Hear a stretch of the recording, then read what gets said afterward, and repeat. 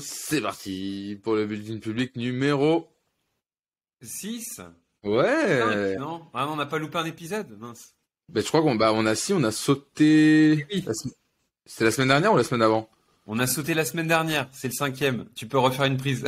Ok, bulletin public numéro 5. Ouais, la semaine dernière, on n'a pas dit du coup pourquoi est-ce qu'on avait loupé la semaine dernière. Ah, on a eu quelques galères, quelques problèmes. Pourquoi tu dis on?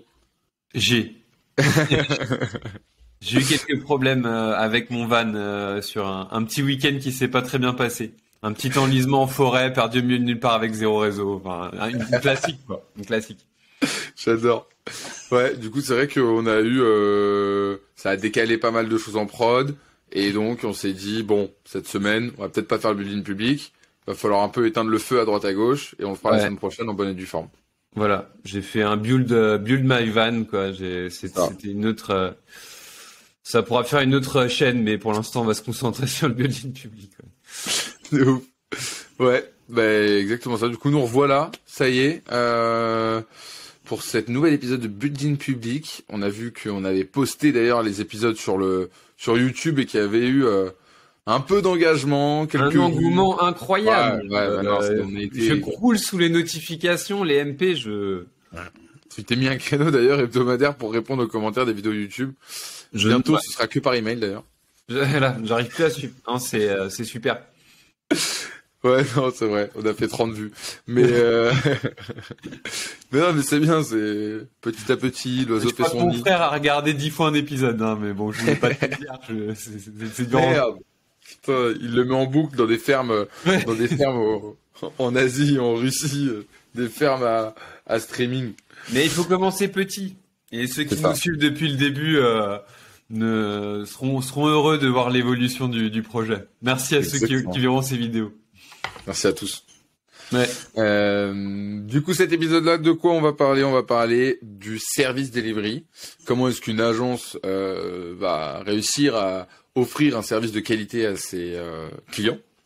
Et on va bien évidemment, comme toutes les semaines, faire le bilan sur les chiffres, voir où est-ce qu'on a avancé, voir où est-ce qu'on n'a pas avancé, et se donner les objectifs pour la semaine prochaine. Eh ben, c'est un beau programme. Service delivery.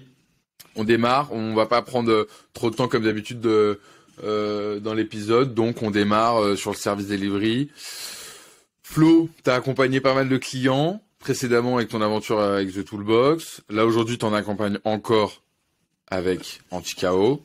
Du coup, t'as des réflexes par rapport au service delivery. Si t'avais 3 conseils à donner à une agence qui accompagne des clients sur comment est-ce qu'on rend le client heureux et on fait en sorte, en gros, parce que le but du service delivery, c'est de délivrer une prestation de qualité pour qu'ensuite derrière son client fasse du bouche à oreille. Comment est-ce que tu arrives à délivrer une prestation de qualité à tes clients? S'il y avait peut-être 3, 4, 5, enfin autant de conseils que tu veux, mais ce serait quoi les choses que tu... Ouais, mais je les ai pas forcément préparés. On va voir comment ça vient, mais je pense le premier conseil que je donnerais, c'est plutôt même, je vais essayer de donner des tips vraiment concrets, actionnables, c'est de fixer une réunion hebdomadaire avec vos clients. Ça, c'est un premier point. C'est bien de donner du suivi et voir votre client régulièrement pour lui expliquer comment avance le projet, lui poser vos questions éventuelles, récupérer des ressources et lui montrer concrètement ce qui est fait pour valoriser aussi le travail qui a été fait dans la semaine. Donc ce que je préconise généralement, c'est en début de mission de fixer vraiment une date avec une heure précise et un rendez-vous dans le calendrier qui va être récurrent avec votre client et les parties prenantes du projet. C'est un rendez-vous qui peut durer une demi-heure ou une heure, pas besoin de faire trop long, mais ça permet de garder un peu le suivi du projet. Le deuxième, qui est peut-être complémentaire avec celui-ci, c'est éventuellement de faire une sorte de mini-rapport toutes les semaines sur ce que vous avez pu développer, ou en tout cas d'essayer d'apporter de la visibilité Donc ça, en fait, vous pouvez le faire de plein de manières différentes. Vous pouvez faire une petite page Notion en expliquant qu'est-ce qui a été fait cette semaine, qu'est-ce qui va être fait la semaine prochaine, quels sont les enjeux ou les problématiques que vous avez pu rencontrer et quels sont les résultats que vous avez pu obtenir. Vous pouvez aussi créer par exemple un portail client et donner accès à votre client qui va pouvoir toutes les semaines, et là je prêche un peu pour ma paroisse, je te vois sourire. Tiens.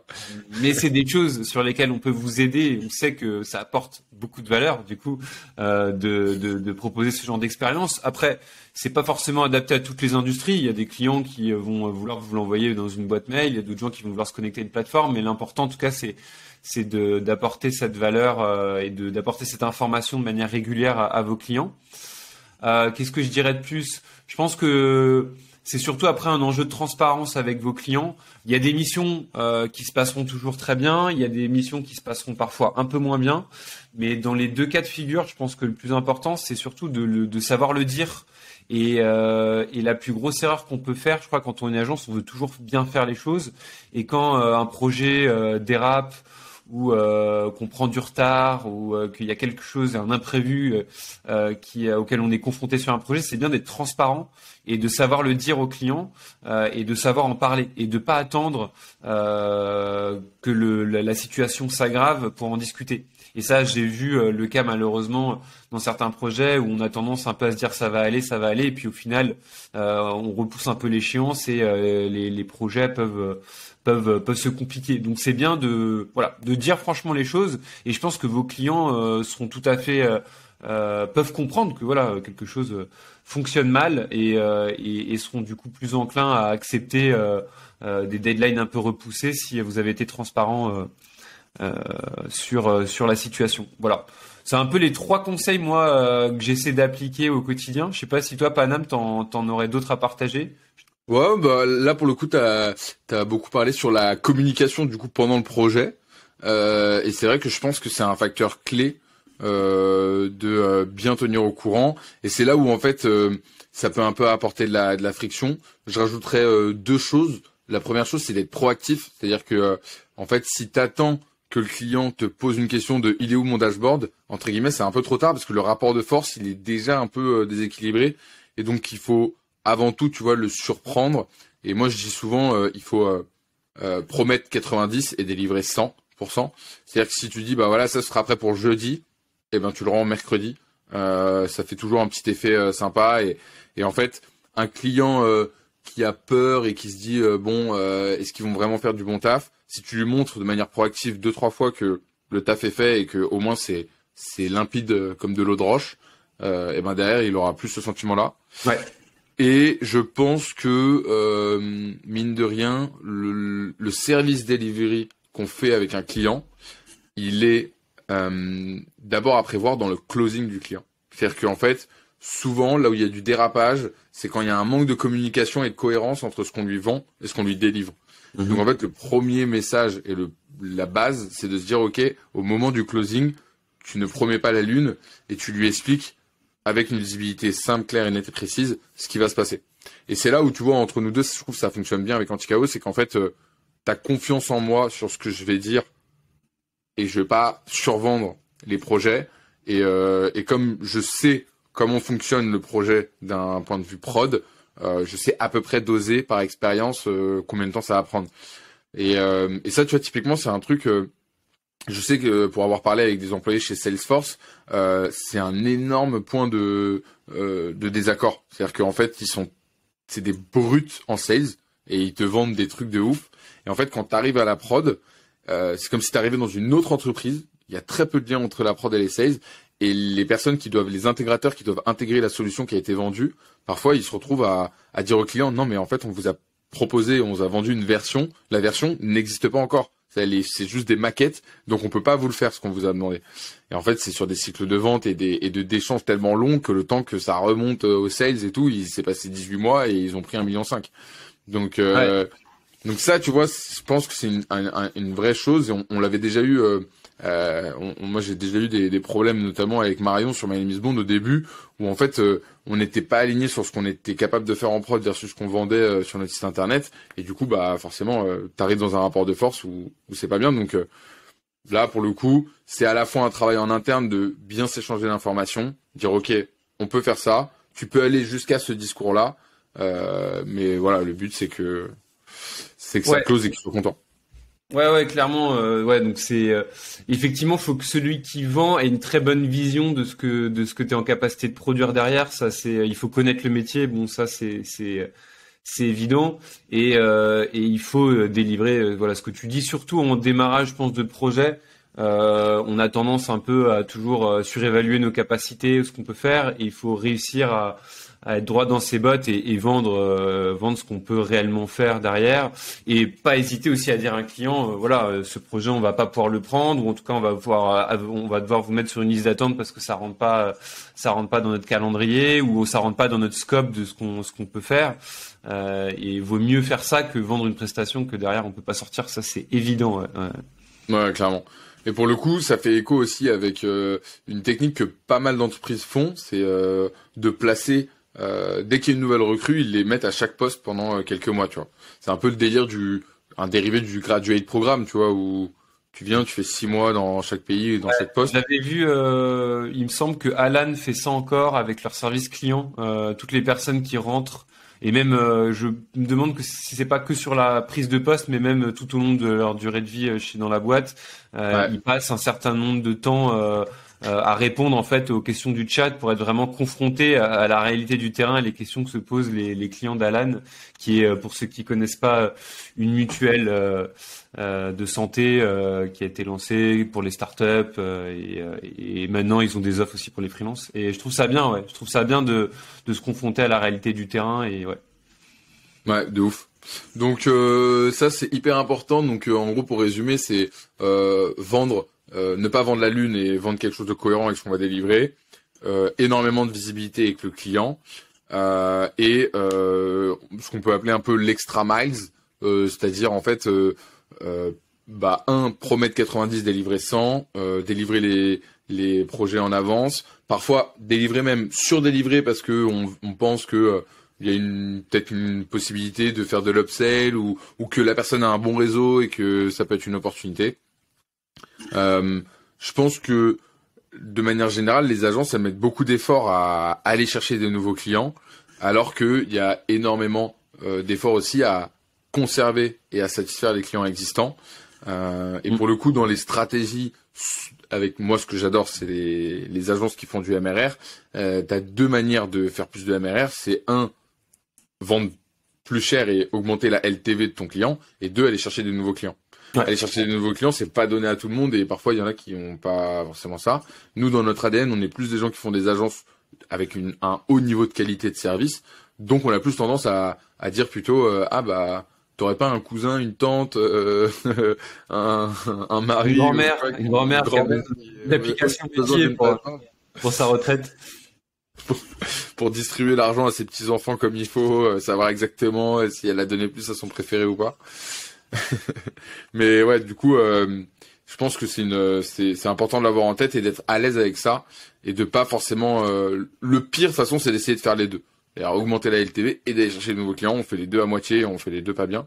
Ouais. Il faut, quitte à changer de stratégie tous les 3, 4, 6 mois, mais il faut en choisir une et tabasser dedans.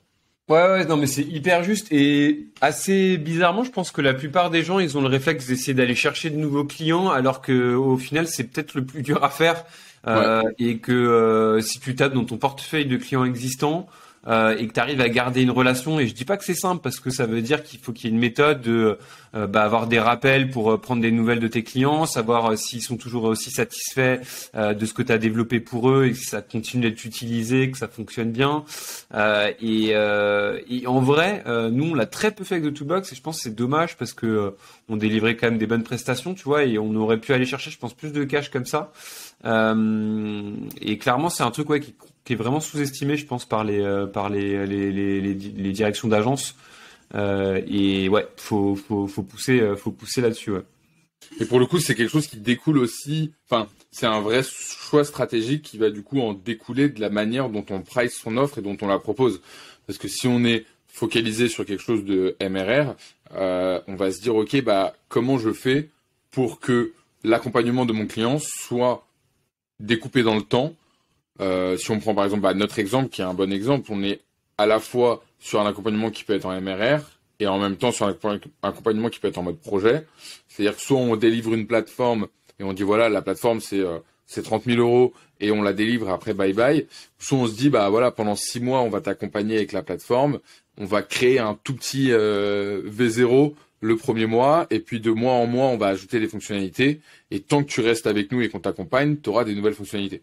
Donc je pense que dans la façon de pricer et de créer son offre, il faut d'abord se poser la question de est-ce que j'ai envie d'avoir 10 clients ou est-ce que j'ai envie d'avoir 200 000 clients? Ouais.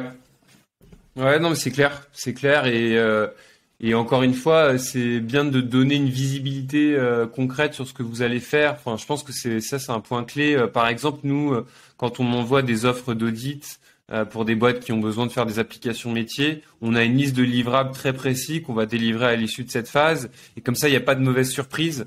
Le client sait ce qu'il va avoir à la fin, il comprend la valeur de ce qu'il va avoir et donc du coup c'est beaucoup plus simple pour nous à présenter et après tout l'enjeu c'est réussir à délivrer ça et d'ailleurs là pour peut-être rebasculer un peu sur nous ce qu'on a réussi à faire là cette semaine on a délivré un peu la première grosse restitution d'audit avec un des premiers clients qu'on avait signé en début d'aventure sur un super beau projet et le client était super content en tout cas de cette restitution parce que on a juste on s'est intéressé réellement à sa boîte, on a délivré ce qu'on avait annoncé durant la phase d'audit et à l'issue de ça on a une belle proposition de projet avec eux.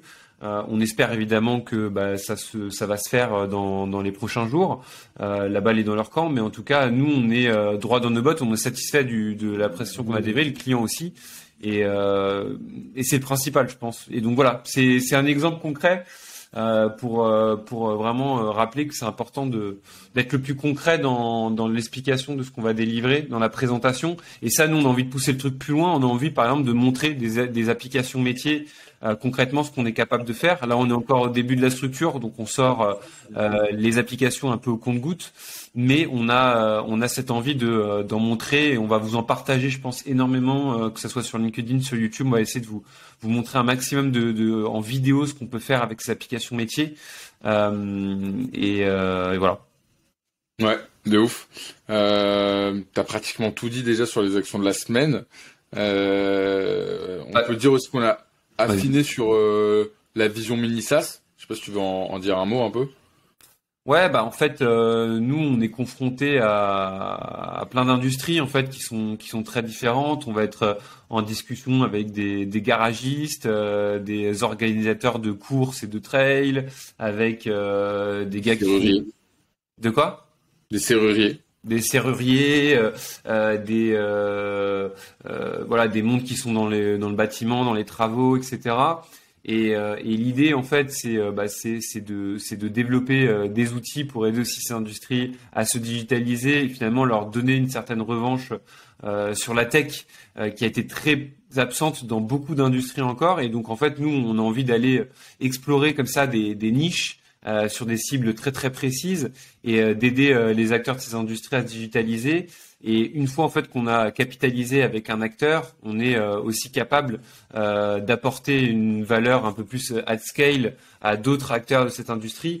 Et donc l'idée c'est cette vision un peu de mini SaaS, c'est de se dire voilà, une fois qu'on a compris comment une industrie fonctionnait, comment on peut capitaliser sur ce qu'on a déjà construit pour récupérer des modules, des blocs et potentiellement les redistribuer aussi à d'autres acteurs. Et l'idée, c'est de niveler vers le haut en fait des industries qui sont parfois très vieillissantes et qui auraient grandement en fait besoin de ces solutions. Et avant, c'était réservé à des gros acteurs qui devaient payer 200, 300, 400 000 euros des agences de développement traditionnelles pour sortir des gros ERP.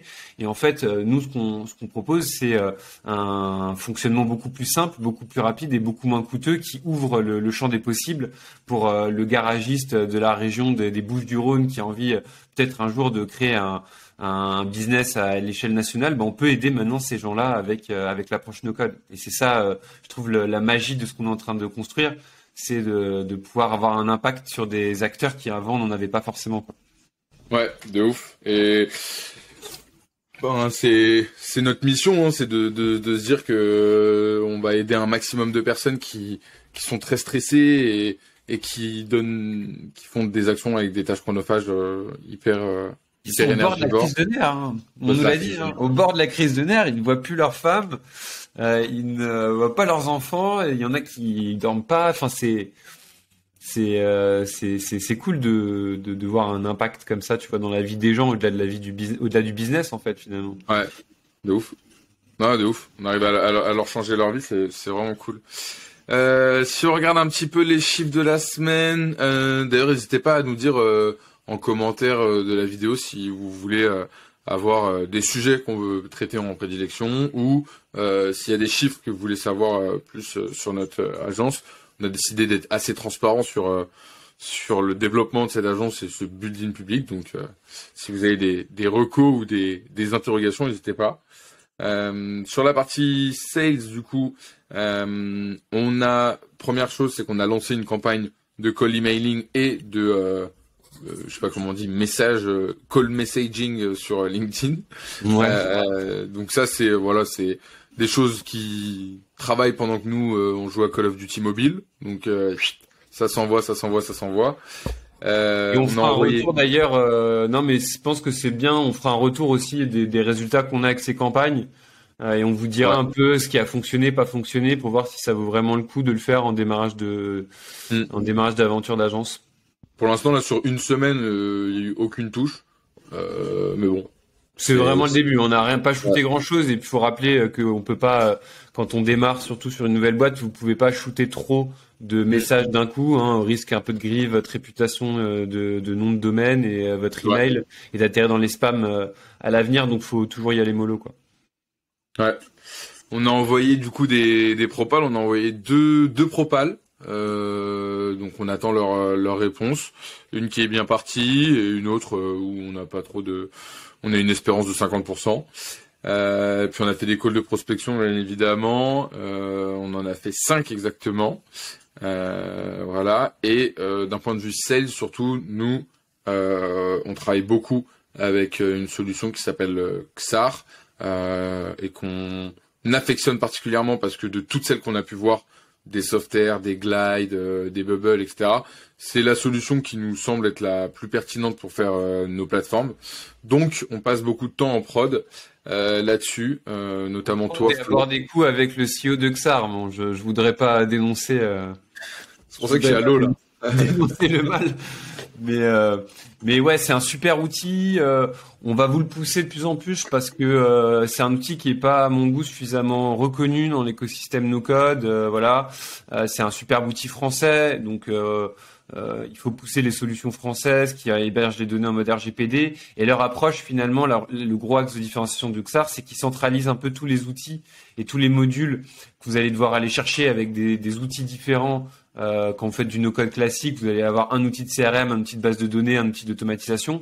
Eux, leur parti pris, c'est vraiment de tout centraliser sur une plateforme unique et vous allez pouvoir faire de la signature électronique, de la gestion de documents, du planning, etc. dans un même outil. Et je trouve que c'est une vision super chouette. Le CEO Benoît Marie, salut BM si tu nous regardes.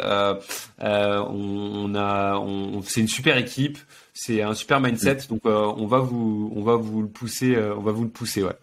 Ouais, clairement, on a en plus visité leurs locaux, on a assisté à une de leurs formations en physique et je rejoins totalement Flo là-dessus. Pour le coup, c'est une belle histoire entrepreneuriale qui n'est pas près de se terminer. Ils ont une super mindset, superbe courbe de progression et moi j'ai connu l'outil il y a je sais pas 2 ans et demi et ils ont fait un avancement de malade quoi. Donc ça franchement chapeau à vous l'équipe, keep going, on adore, on valide de ouf le produit. Ouais. Et je rebondis juste sur un petit truc, je pense que ça peut intéresser les gens sur les calls de prospection. Là, ce qu'on vient de mettre en place aussi, c'est des trames. Ouais. Alors c'est vrai qu'on avait un peu tendance au démarrage à y aller un peu, je vais dire la fleur au fusil. On se comprend, mais voilà, d'y aller un petit peu en tâtant le terrain, même si Paname a énormément de talent. Bien évidemment, c'est bien aussi de préparer. Et donc, on a commencé à concevoir des trames avec des questions et des informations clés qu'on doit récupérer pour dimensionner nos offres ou en tout cas pour qualifier le prospect. Et ça, alors je sais pas si c'est bien de le faire dès le début, mais en tout cas je pense que c'est bien de le faire assez rapidement dans une aventure comme celle-ci, parce que ça vous force ça force à demander quels sont les critères qui fait qu'un lead est qualifié ou pas. Hein, ça peut être la taille de la boîte, ça peut être son CA, ça peut être son nombre d'employés, sa croissance, ça peut être plein de choses. Donc c'est bien de les identifier et après de poser ces questions et ça vous permet de structurer aussi derrière vos calls, de les professionnaliser et certainement de closer un peu plus parce que vous allez poser les bonnes questions. Ça peut rassurer aussi vos prospects. Donc ça, pareil, on est en train de le lancer. On va essayer de le digitaliser un peu à travers la plateforme métier qu'on développe pour notre propre entreprise. Je pense qu'on vous la montrera. On essaiera de vous faire une petite vidéo à ce sujet. Je pense que ça pourrait être intéressant de partager ça aux gens. Ouais, clairement, hyper bonne idée. Ouais. Ça m'arrive. En gros, on a professionnalisé un peu mes call sales. C'est vrai que j'y allais un peu la fleur aux fusion, on va pas se mentir. Mais c'est vrai que c'est aussi des bonnes questions de se dire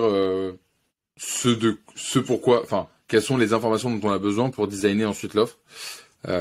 Et ouais, là pour le coup, on a bien avancé là-dessus. On a fait des process pour mettre nos idées sur le papier, non pas de rigidifier notre organisation interne, parce que là pour l'instant c'est encore le chaos. Mais ça se structure bien. Marketing, on en a parlé, marketing, hein, tout ce petit schmilblick de vidéos, plus quelques posts sur LinkedIn. Pas assez présent personnellement. C'est un peu mon regret là de cette dernière semaine. Je vais essayer un peu d'accélérer parce que on sait qu'on peut avoir des bons résultats. Après, c'est vrai que c'est toujours difficile des fois de trouver l'équipe. Toi, je sais que tu es hyper assidu. Tu m'impressionnes vachement cette partie-là. Il commence pas sa journée sans son petit post LinkedIn. Moi, j'avoue que je commence ma journée très bien sans un post LinkedIn, mais c'est bête parce que il faut être assidu là-dessus. Et puis on a d'autres stratégies dont on vous parlera, mais on va essayer de faire des partenariats dans des newsletters que vous connaissez très certainement. Je vous en dis pas plus pour le moment parce que on va attendre que ça se mette en place, mais on a quelques petites idées de partenariats, voilà, avec des newsletters et des boîtes assez influentes dans le milieu. Donc on vous dira tout. Combien ça nous a coûté, combien ça nous rapporte éventuellement et quels sont les résultats très prochainement dès que ça sera mis en place. De ouf, ouais. Je rebondis peut-être parce qu'il nous reste 3 minutes sur le délire de poster sur LinkedIn. Le premier point, c'est que moi je le fais en début de journée parce que c'est tout bête, mais j'adore me dire que il y a du contenu sur LinkedIn qui est en train d'être travaillé grâce à l'algorithme pendant que moi je fais d'autres choses du coup. Ça, c'est le premier point. Et déjà, l'avantage, c'est que si tu fais un flop sur LinkedIn, personne ne le voit. Donc, c'est l'avantage de LinkedIn. C'est vrai. Et sur l'organisation interne, j'ai beaucoup changé d'outils. Au début, j'étais sur Todoist. Alors, au début, j'étais sur Airtable. Après, j'étais sur Notion. Après, j'étais sur Note. Après, j'étais sur Todoist. Et là, j'ai un peu pris le taureau par les cornes ces 2 dernières semaines. Acheter un cahier. Et tu crois quoi, toi? Je sais que un cahier en plus. Tout le temps un cahier. Non, sur l'idéation, en fait, j'arrivais pas en panne d'inspi, mais je trouvais que la qualité de mes posts, elle était un peu en baisse. Et donc, du coup, j'ai complètement changé mon système et je me suis mis sur Obsidian. C'est un truc de ouf. Genre, c'est vraiment un truc de ouf. C'est pas facile au début. Franchement, c'est pas facile de mettre en place. J'ai pas encore fini et pour le coup, je passe au moins une demi-heure tous les jours à le paramétrer. Ça, faut que tu nous le montres. Et ouais, après, je te le montrerai avec grand plaisir. Ouais. Mais c'est vraiment fou. C'est puissant et ça fait 2 ans que j'ai envie de me mettre sur l'outil. Un peu comme Airtable, j'y suis allé, j'ai dit bon, ouais, ça sert à rien, machin. Et en fait, puissant de ouf. Ouais. En vrai, on pourra en parler pendant une vidéo que je montre. Il y a une partie d'Obsidian sur tout ce qui est en fait capture, analyse, création. Et autre type aussi que j'ai trouvé incroyable, c'est que j'ai découvert une application qui s'appelle Momento cette semaine. Et c'est une application pour les podcasts. Et comme je cours beaucoup et que j'en écoute beaucoup pendant que je cours, chaque fois j'ai une information, un truc que j'ai envie de regarder et j'ai la flemme j'aime pas m'auto-envoyer des notes vocales ou des trucs comme ça. Et en fait, du coup, tu double-cliques sur ton AirPod et ça prend En fait, ça transcripte les 30 secondes du podcast que tu es en train d'écouter et ça les enregistre dans l'application. Et après, tu lis le transcript et t'en fais un article. Enfin là, tu le stockes dans ton Obsidian du coup après. Très cool. Et ça, trop stylé. Parce que j'ai écouté d'ailleurs le très bon podcast de Benoît Dubos et Shubham Sharma. Sur leur vision et tout, c'était très très cool. Et tu vois, il y a plein de trucs que j'avais envie de garder. Et ça, tu vois, cette application. C'est sympa, je connaissais pas. Super tip ce que tu donnes. C'est vraiment vraiment cool. Et en fait, on en parlera plus en détail, mais c'est vraiment le problème d'en trouver un outil pour faire ça, c'est en fait qu'il faut bien séquencer les différentes actions. C'est-à-dire que tu as la partie capture, donc en mode j'ai un post LinkedIn que j'ai kiffé, j'ai une vidéo Instagram, je l'ai kiffé, une vidéo YouTube machin, donc tu as la partie vraiment capture de dire à regarder plus tard et tout. Une partie où tu le regardes et tu prends des notes. Une partie où tu déconstruis ces notes et une partie où tu prends toutes les notes déconstruites et t'en refais un contenu unique. Ne nous en dis pas plus, Panam, garde-en pour la prochaine. C'est parti. Tu veux toujours trop en dire. Tu vois, là, tu vas créer de la frustration, c'est ce que tu voulais pas faire chez les gens. Ils vont vouloir. Mais dites-nous dans les commentaires si vous voulez en savoir plus. On se fera un plaisir de vous faire une petite démonstration de ce petit Obsidian. Mais en tout cas, ça m'intéresse et je l'ai pas vu de mes propres yeux et j'ai bien envie de voir ça. Allez, je te montrerai tous les détails. Ok, super. On est arrivé au bout, Panam. Yes, on est good. On n'a pas fait les objectifs de la semaine, mais on est complètement en train de mettre en place justement cette liste d'objectifs un peu et se définir les chiffres qu'on va vouloir regarder pôle par pôle toutes les semaines, uniquement un chiffre. Et on vous présentera tout ça la semaine prochaine. Allez, le rendez-vous est pris. J'ai l'impression qu'on fait des annonces de radio, tu sais. Ok les gars, le rendez-vous est pris. C'est Julien Doré. Bon allez, à plus Flo. Allez, ouais. Et bon week-end à tous. Bon week-end de Pâques. Trouvez-moi tous ces petits œufs. Bye. Salut.